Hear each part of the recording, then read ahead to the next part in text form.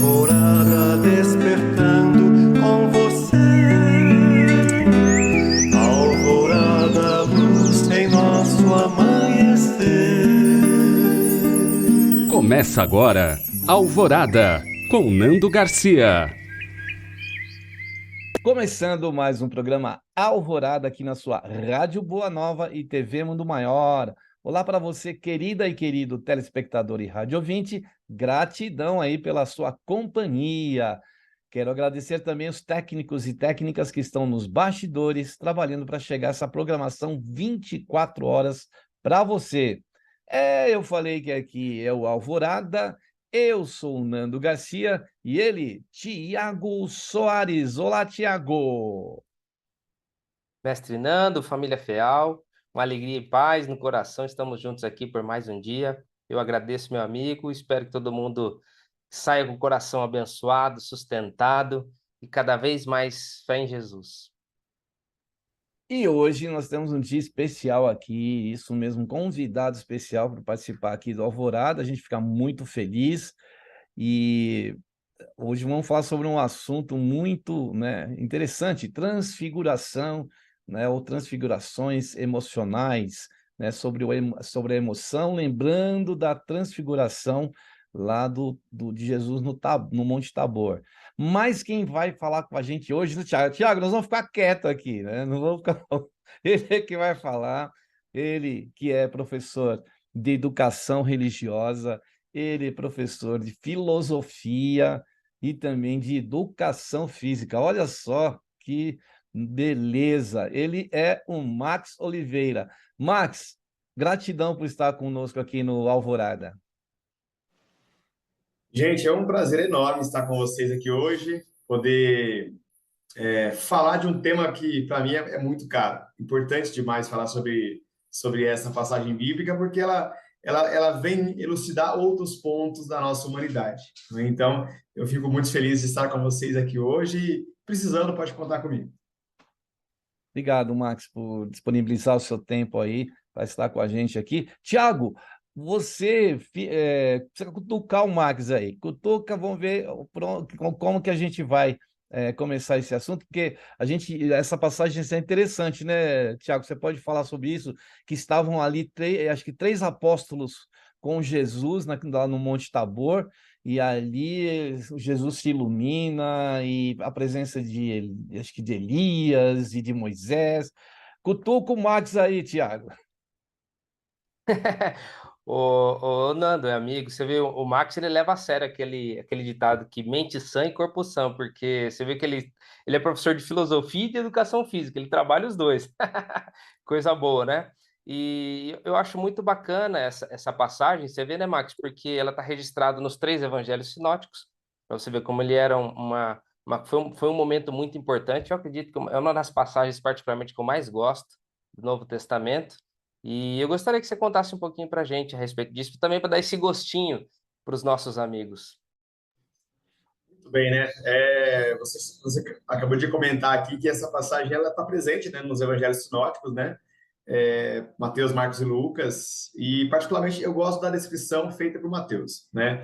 Lucas ele é bem detalhista, tudo mais, mas especificamente no Evangelho de Mateus essa passagem ganha um sabor diferente, né? E eu gosto muito dela, até porque olhando um pouquinho para a história de Mateus, né? Mateus ele tinha tudo para não seguir Jesus, fazia parte de um grupo meio renegado, tinha um pessoal que já olhava torto para ele não era muito bem quisto, e provando um pouco mais desse coração enorme que Jesus tem, ele abraça a todos que desejam seguir um caminho diferente. Isso é importante demais. Então, Mateus, um cobrador de impostos, ele passa a ser uma das peças-chave de Cristo nesse processo de evangelização e de se mostrar enquanto esse grande homem, né? Essa pessoa com uma missão tão importante dentro desse processo educativo da evangelização naquele contexto, né?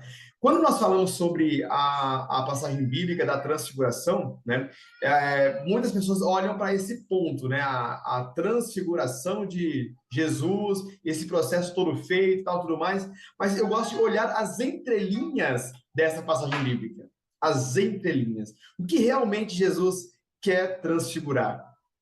O que Jesus realmente veio mostrar e clarear para todos nós aqui? Então, quando ele escolhe, por exemplo, ele escolhe João, Pedro, Tiago e sobe para aquela montanha, que não era uma montanhazinha qualquer, mas também não era uma enormidade, né? Mas tinha um esforço que era feito para subir aquela montanha. Jesus começa a colocar para a gente que o esforço, a labuta diária, ela é necessária e todo mundo tem que passar por ela, inclusive o próprio Jesus, né? Ele demonstra tudo isso com a própria vida, né? Nada é discurso na vida de Jesus. É muito prática, é muito dia a dia. E isso é muito bacana. Então, eu gosto dessa passagem porque ela vai mostrar alguns pontos para todos nós, seres humanos, que nós devemos melhorar. Eu tenho, sim, que subir a montanha, mas o meu campo de missão é lá no chão. E essa, eu acho que é um dos grandes pontos aí da passagem mesmo. Ô, Tiago, bem que você disse, né? Olha só, ele educador religioso, professor de educação física e de filosofia. Então a gente veja que nessa passagem tem essas três coisas aí, né? Tem a filosofia, tem a religião, tem o esforço físico para subir um monte Monte Tabor. Então são ingredientes muito importantes, né, para a nossa vida. E eu acho que você, Max, traz esses três ingredientes muito importantes aí na sua profissão, na sua filosofia de vida, vamos dizer assim, né? Para que a gente atinja o quê? O equilíbrio, né? Então, o equilíbrio. E essa passagem de Jesus, né, Tiago? Você pode comentar também, para o Max depois também continuar, é de uma transformação necessária. Jesus vai para aquele ambiente com os apóstolos para orar, né? Para trabalhar essa questão aí espiritual, para, como o Max disse, depois descer o monte, porque tinham intendências a serem cumpridas, né? Aqui no sopé do monte, né? Na terra aqui, né? Como Jesus veio para isso mesmo, na terra para nos guiar, né? É bonito, até o pessoal, viu? Para quem quiser depois dar uma lidinha no texto bíblico, onde o Max comentou, né, que ele gosta mais do texto de Mateus, tá lá em Mateus, capítulo 17, do versículo 1 ao 9. Quem quiser dar uma lida, trecho bem curtinho, né, e muito significativo, vocês vão ver como ele é profundo. E você sabe, perguntaram pro Emmanuel a respeito desse texto, inclusive essa pergunta consta lá do livro O Consolador, questão 310, que ele achava que significava o Tabor, né? Porque tem acontecido esse fenômeno especial onde Jesus aparece em glória ao lado de Elias e ao lado de Moisés. Além desse significado específico que o Max trouxe para a gente, muito bonito, né, de subir um monte, descer e a vida ser realizada aqui embaixo, o Emmanuel também chama a seguinte atenção. Olha que legal, viu, Max, amigos? Nando, ele diz assim que é para a gente não esquecer da nossa vida espiritual, a verdadeira vida. Eles foram lá contemplar essa verdadeira vida, entenderam que eles têm essa missão espiritual, mas também, como o Max falou, né? Agora você desce e cumpre essa missão que vocês estão vivendo aqui agora. Mas a gente também não tem que esquecer que nossa verdadeira vida é espiritual. Foi um pouquinho, acho que deu uma levantadinha do véu espiritual para os apóstolos, tiveram aquela visão, aquele gostinho, né? Não é à toa que o Pedro, quando contemplou aquela visão, Senhor, eu gostaria muito de ficar aqui, né? Vamos fazer uma tenda para Pedro, para Elias, para Moisés e para o Senhor, né? Para a gente ficar aqui. Então ele teve esse gostinho do mundo espiritual, mas depois, logo no momento, né, Marcos Jesus já falou assim, ó, agora vocês, ó, não falam nada para ninguém, agora vamos descer e seguir a nossa missão. É um pouco disso mesmo, gente, porque quando nós falamos sobre essa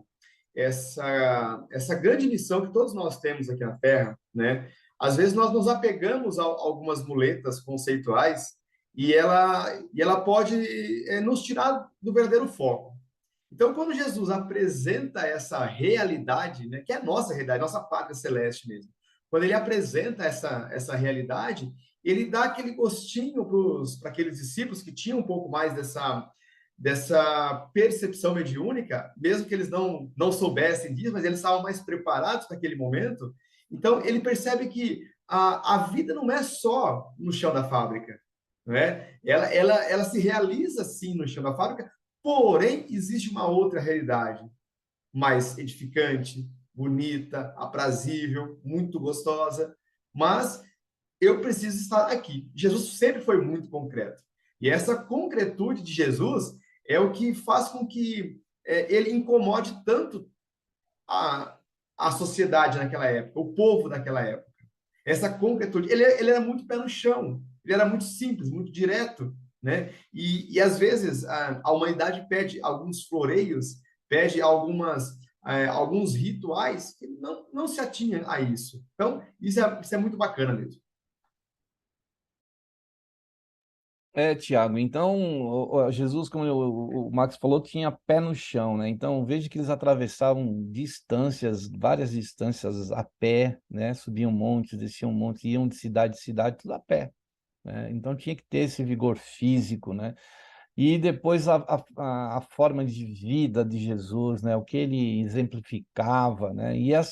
Ele nos trouxe também a questão do amor, do Deus único, né? Do Pai, e quantas coisas maravilhosas que Jesus nos trouxe. Então, como é importante também, em decorrência da gente ter que estar aqui no mundo, de ter que realizar as nossas atividades, tarefas, estar com o povo aqui, né? Como os filósofos, né?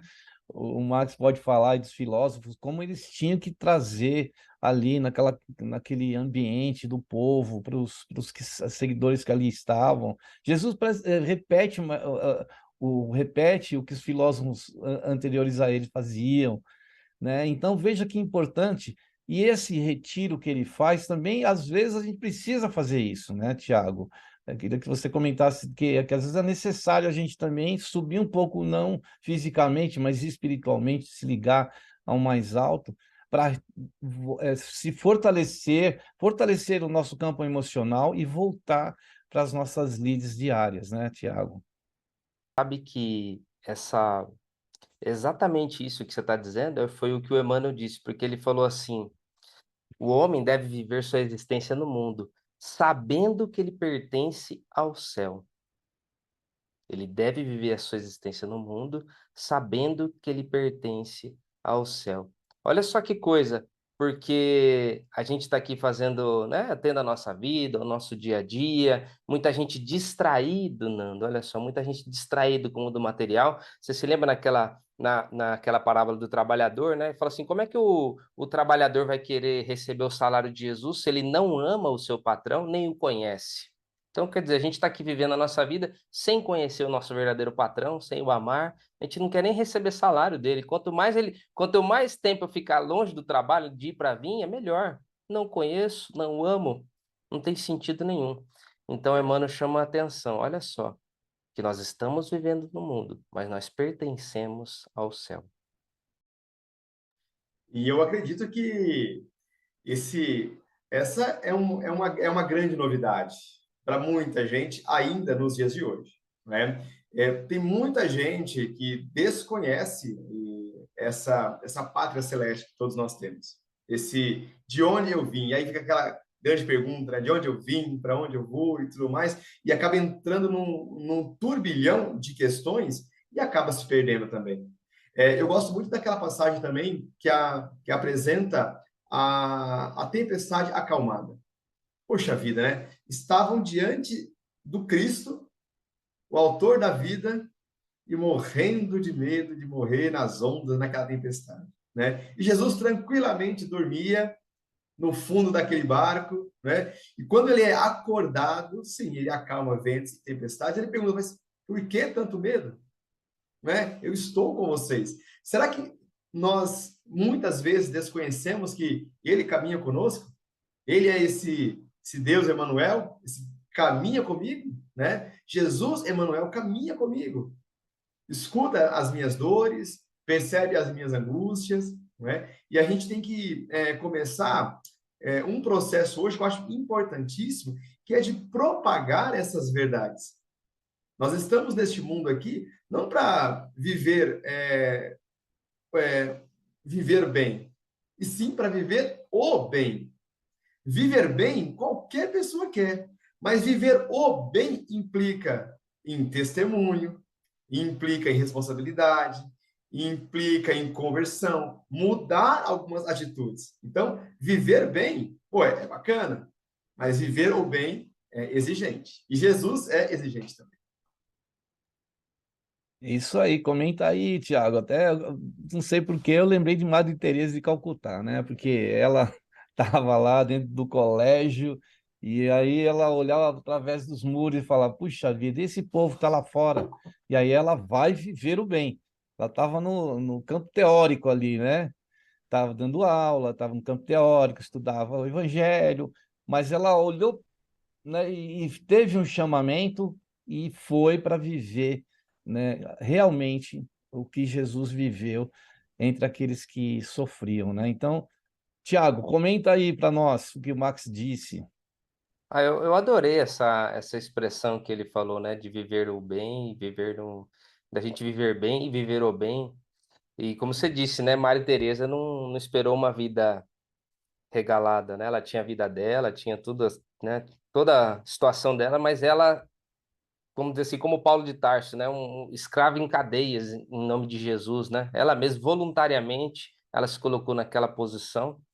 Então, e Jesus sempre foi sincero com a gente. Ele diz isso, né? Que aquele que quer ser meu discípulo, pegue a sua cruz, né? Negue-se a si mesmo e siga-me. Então, não seria uma vida tão tranquila como a gente imagina. E eu acho, pra ser bem sincero, o lugar onde essa coisa deve pegar fogo mesmo deve ser aqui dentro, sabe? No silêncio do nosso coração. Porque é aqui, né, Max, Nando, amigos, que a coisa realmente tem que acontecer. A transformação tem que ocorrer. Essa transfiguração, né, essa luz que a gente viu de Jesus, de Moisés e Elias, vamos falar a verdade, foram pessoas que realmente se sacrificaram em prol do evangelho. Pessoas que fizeram essa transformação íntima. Eles viveram essa transfiguração no seu coração. Então, acho que viver o bem seria mudar, buscar essa transfiguração do coração. Viver o bem, eu acho que seria isso. Fazer acender essa chama interior, né, para que essa luz espiritual realmente se faça à vista. Verdade. E, Max, só para colocar mais alguma coisa para você comentar também aí, a gente lembrar que você mesmo que disse aí, né, não ficar só lá na zona de conforto do monte, né? Porque o Pedro sentiu, como o Tiago falou, aquela espiritualidade que ali estava, né? Mas precisava fazer como a Madre Teresa de Calcutá fez. Ela estava num ambiente tranquilo e bom ali, só que ela viu que lá fora precisavam da ajuda dela, né? Então, isso que eu queria colocar aí para vocês também, para você, Max. Eu acho que estar na zona de conforto claro, é muito cômodo, é muito bacana e por ali eu me situo, por ali eu tenho os meus momentos de paz, mas eu acho que a vida, ela ganha sentido dentro das atribulações, não é? Eu tenho uma frase que eu uso bastante, assim, no meu grupo de alunos, né? Aquilo que não faz sentir, não faz sentido. Então, se eu não estou nessa labuta diária, enfrentando um leão por dia, a minha vida entra num marasmo e eu acabo não potencializando aquilo que eu tenho. E Jesus, ele desafiava os seus discípulos a todo momento. Não é? Nós temos ali a passagem da multiplicação de pães e peixes, que num dado momento, Jesus fala o seguinte, Jesus se vê diante de uma multidão, né? Os discípulos preocupados, olha, mestre, manda com que eles vão embora e procurem comida pelas aldeias, né? E Jesus vira para eles, não, dá-lhes vós mesmos de comer. Jesus imputa neles uma responsabilidade. Não, peraí, mandar e comer, isso qualquer um faz. Agora, vocês são obrigados a prover tudo isso, mas nós não temos. Ah, tudo bem, então agora eu ajudo. Né? Então, e aí ele se mostra. Mas eu acho que evitar ou buscar a zona de conforto, como se esse fosse um lugar onde eu apenas vou me encontrar com Deus, é uma falácia muito grande, né? E eu acho que eu venho sendo colocado a provas aí, semana sim, semana também, hoje eu entendo a minha missão um pouco mais tranquila. E aí, Thiago, comenta aí o que o Max trouxe aí pra gente. Lindo, né? Lindo. Ele tá colocando pra gente a sua intimidade, seu coração, que deve ser o coração de todo cristão, né? De buscar essa transformação, sentir realmente que a vida tem um sentido, tem uma direção, tem um controle. Porque se a gente se distrair, a gente começa a achar que os problemas, as dificuldades são pessoais ou quer nos reduzir, nos diminuir. E é exatamente o contrário, né? Como o Evangelho está colocando isso para nós. Isso nos dilata a compreensão, dilata o entendimento. Quantas oportunidades nós temos de agora enxergar a vida de uma maneira diferente. E essa transformação, eu acho isso. Acho que a vida. Por isso que Jesus fala assim: olha, que o meu fardo é leve, meu jugo é suave. E quando a gente começa a entender essas coisas, parece que aquela dificuldade, o peso fica de uma maneira menor. Quando a gente começa a olhar uma pessoa agora, por exemplo, de uma coisa de dificuldade, que a gente tem uma pessoa difícil na nossa família, uma situação assim, quando a gente coloca os olhos de Jesus para tentar entender, olhar aquela pessoa como Jesus está nos pedindo, a coisa não fica melhor, a gente não fica mais forte, mais calmo, a gente fica mais tolerante, mais compreensível com a dificuldade das outras pessoas. Então, olha como isso realmente, o fardo com Jesus é mais leve e mais suave. Então, eu acho assim, mesmo a Madre Teresa vivendo toda aquela situação, vivendo naquela dificuldade, é, no meio daquele sofrimento todo, eu tenho certeza que dentro do coração dela ela experimentava, Nando, uma profunda paz, uma profunda sintonia. Só um espírito dessa magnitude, mesmo ela contemplando a dor todos os dias da vida dela, porque eu imagino como deveria ser o sofrimento. A gente vê aquelas fotos da época, né? Quem vê no Google, vê as fotos e fala assim, meu Deus, como é que essa mulher vivia nesse ambiente, estava ali nesse ambiente, né? Mas eu tenho certeza que aquele coração dela devia estar mais feliz do que a gente frequentando a festa mais pomposa e mais bonita, eu acho. Tenho certeza disso. Ela criou o Tabor para ela ali, né? Um monte da esperança e cada vez mais a multidão ficava em torno dela, né? Porque eram milhares de pessoas famintas, doentes, né? Ela chegou até a reunir as pessoas numa sinagoga abandonada, depois até contestaram isso, mas estava lá abandonada, né? Ela estava atendendo até pessoas não só de uma religião, de todas as religiões, eles atendendo aos pobres, né? Então, perguntaram a ela por como que ela conseguia fazer isso, né? Então, provavelmente baseado nessa paz no coração que você disse, né? Que ela tem, né? Ela ainda continua tendo, a Maria Teresa. Ela dizia que ela atendia um por um, porque as pessoas buscavam ela. Então, ela direcionava o olhar dela, a atenção e o foco para aquela pessoa. Acabou de atender, chegava outra, e aí ela fazia a mesma coisa. Com isso, ela atendeu milhares de pessoas, né? Então, é muito lindo, né? A missão dela, né, o Max? A missão dela e das mulheres que marcaram época no nosso mundo também. Nós temos aqui na Bahia também a Santa Dulce dos Pobres, né? Que também fez uma experiência de Deus importantíssima e levou muita gente a essa mesma experiência de Deus, né? Ela, assim como Madre Teresa utiliza uma sinagoga, ela utilizava uma casa de um traficante para colocar pessoas doentes lá dentro. Depois começou num galinheiro a grande obra que ela teve, né? Mas eu acho que isso que você disse, Nanda, é super importante, a questão do olhar atento. E, por coincidência, eu tive uma formação essa semana que falava sobre o olhar atento, né? Desse Cristo.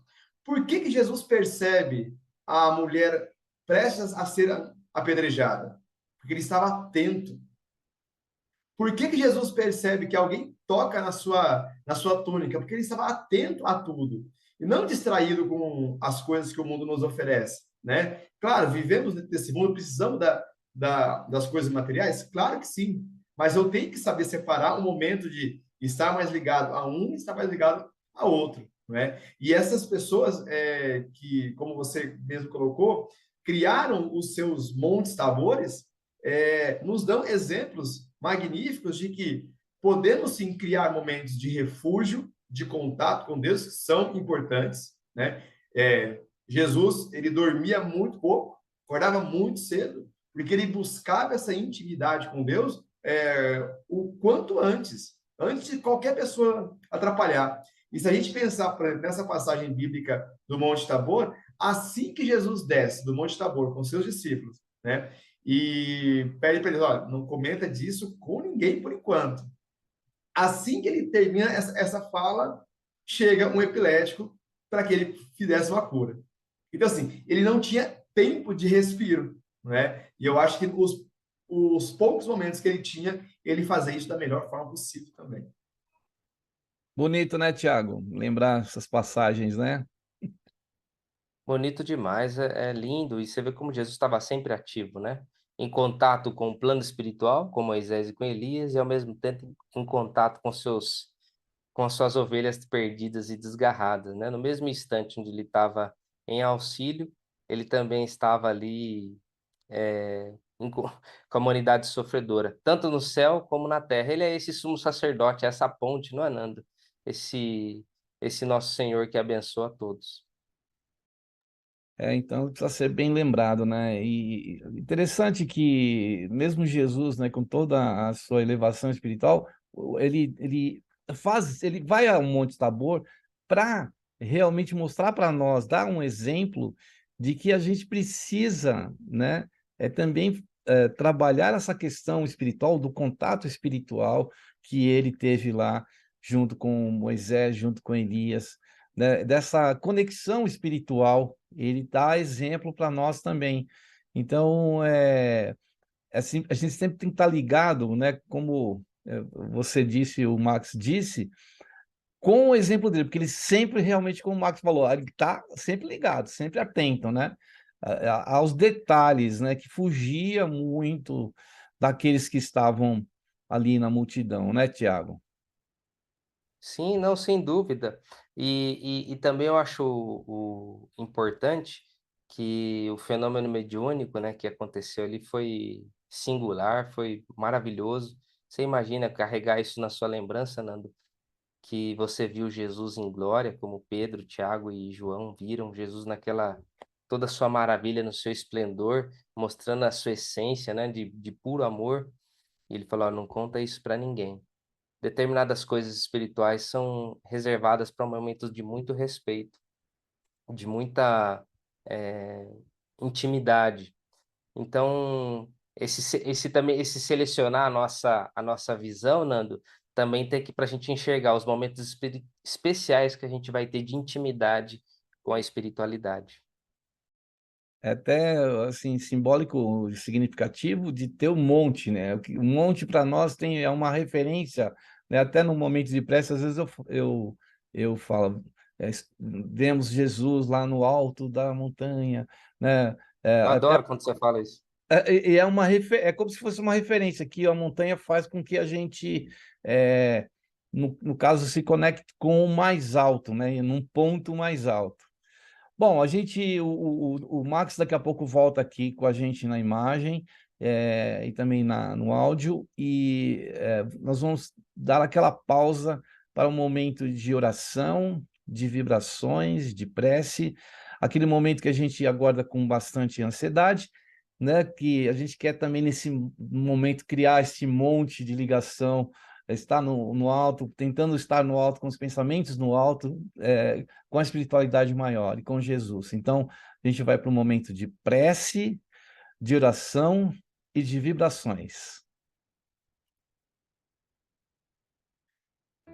E nesse instante, então, nós possamos elevar os nossos pensamentos aos benfeitores espirituais, aos trabalhadores do nosso Mestre Jesus, seus emissários de luz, a fim de que nós possamos, ao relembrar essa passagem do Monte Tabor, onde Jesus reencontra Moisés e Elias, acompanhado dos apóstolos Pedro, Tiago e o outro não me recordo agora, mas isso não é importante. O mais importante agora é a gente tentar colocar esta imagem, não é, deste monte no nosso coração.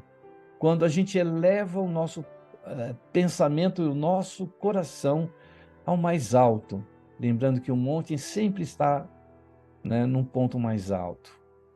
Que nós possamos nos ligar a essa espiritualidade maior, a fim de que nós possamos nos fortalecer no momento da prece, da oração e da vibração, como se estivéssemos nesse monte, para logo em seguida descer para as nossas responsabilidades, para nossas atividades e tarefas ligadas ao bem. Que nós possamos fazer a nossa parte, que nós possamos aprender com os exemplos de Jesus, como Max disse, de alguém que estava sempre atento aos detalhes, que olhava para os pequenos, que olhava para aqueles que estavam precisando à sua volta. Mestre Jesus, nós te pedimos por aqueles que estão passando por desafios, por dores e dificuldades nesse instante, por aqueles que viestes, Jesus, e estivestes ao lado deles, nós possamos repetir as tuas ações, mesmo que num grau menor, possamos, Jesus, seguir os teus exemplos. Mestre Jesus, abençoe o nosso planeta.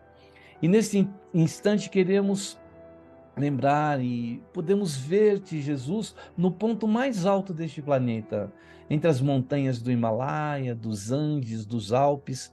Tu, Senhor, com tuas vestes iluminadas, teus braços abertos, tuas mãos espalmadas em nossa direção, e do vosso coração, Jesus, irradiando muita paz, muita luz, muito amor. Amado Mestre Jesus, que assim seja. Muito bem, aí depois da prece, da oração e das vibrações, a gente quer dar um recadinho para você que está aí. Para essa programação, essas mensagens hoje com a participação do nosso querido Max, chegar a tantos outros corações, nós criamos o Clube Amigos da Boa Nova, desde o ano 2000, né? Esse clube existe. A sua doação ajuda a manter a Rádio Boa Nova e a TV no ar. Então você pode colaborar. Entre no site amigosdaboanova.com.br. Lá você tem várias informações, como você se associar, como você doar. Tem os telefones também, ó, 0800 12 018 38, que é gratuita a ligação em todo o Brasil, fixo na região de São Paulo, 11 2458 3214. E o WhatsApp, que é esse meio de comunicação internacional, o 11 97 261-0272. Esse mesmo número foi escolhido para o Pix. E eu vou aí, então, repetir para você. 11 97 261 0272. Colabore, participe, né, para que outras pessoas possam receber aí a mensagem de Jesus, a mensagem do Evangelho, a mensagem do bem, a mensagem do Espiritismo. Então, contamos com você. Muito bem, né, Tiago? Precisamos explorar o Max, né? O Max que agora mudou um pouco lá o cenário, ele colocou um quadro de Jesus. Vamos lá, Tiago. Cutuca aí o nosso querido Max. Agora está cada vez mais abençoado, ele tá sob a proteção do nosso Senhor. Tá parecendo no Monte Tabor, viu? Ele estava ali assistindo, contemplando Jesus iluminado aí, né, Max? E, meu amigo, eu gostaria que você comentasse sobre essa transformação que teve, né? Essa transfiguração daquele momento do céu para a terra. Como você vê esse momento em que você sai do lado espiritual e vem viver as agruras, as dificuldades terrenas? Olha, eu acho que às vezes eu me coloco dentro do texto bíblico para ver se eu consigo perceber um pouco da emoção daquele momento, né? E eu acredito que eu estaria extremamente decepcionado ao contemplar o céu, ao contemplar Jesus transfigurado, radiante de luz, né? Jesus se mostrando na sua inteireza mesmo, ter que voltar, descer aquela montanha e continuar matando um leão por dia, né? Mas eu entendo isso como muito necessário para nossa edificação, não é? Nós temos aí inúmeros relatos bíblicos de pessoas que iniciaram o seu processo de conversão e que em diversos momentos eles perceberam o céu. E essa percepção do céu era aquela mola propulsora para que ele continuasse empenhado naquele processo de mudança, né? Se pegarmos nosso amigo Paulo de Tarso, Paulo, muita gente acredita que Paulo se converte naquele caminho para Damasco. Porém, Paulo gasta 3 ou 4 anos de intensa transformação íntima. Ele gasta muito tempo realmente para perceber o que foi aquela visão, o que foi aquele chamado, o que foi aquele processo de conversão que se iniciou. E eu acho que ele leva esse processo inteiro até o fim da sua vida, naquela via dolorosa ali fora dos muros de Roma, né? Ali ele entende realmente o sentido do chamado que ele teve. Então, o processo de conversão, aqui, esses 3 discípulos, Pedro, Tiago e João, eles foram testemunhas, como se fosse uma injeção de ânimo para que eles pudessem continuar nesse processo íntimo de uma reforma, de uma mudança completa, né? Porque nós vamos perceber Pedro vacilante, inclusive anos depois da crucificação de Jesus, anos depois. Pedro, em alguns momentos, ele ainda tinha algumas dúvidas.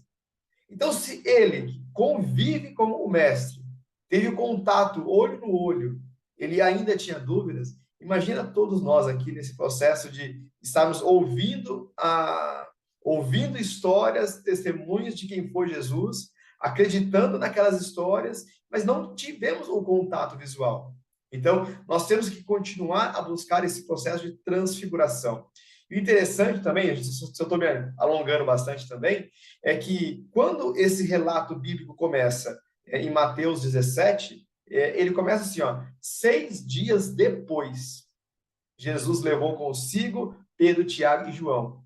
Se nós olharmos em Gênesis, no 6º dia, o homem está formado.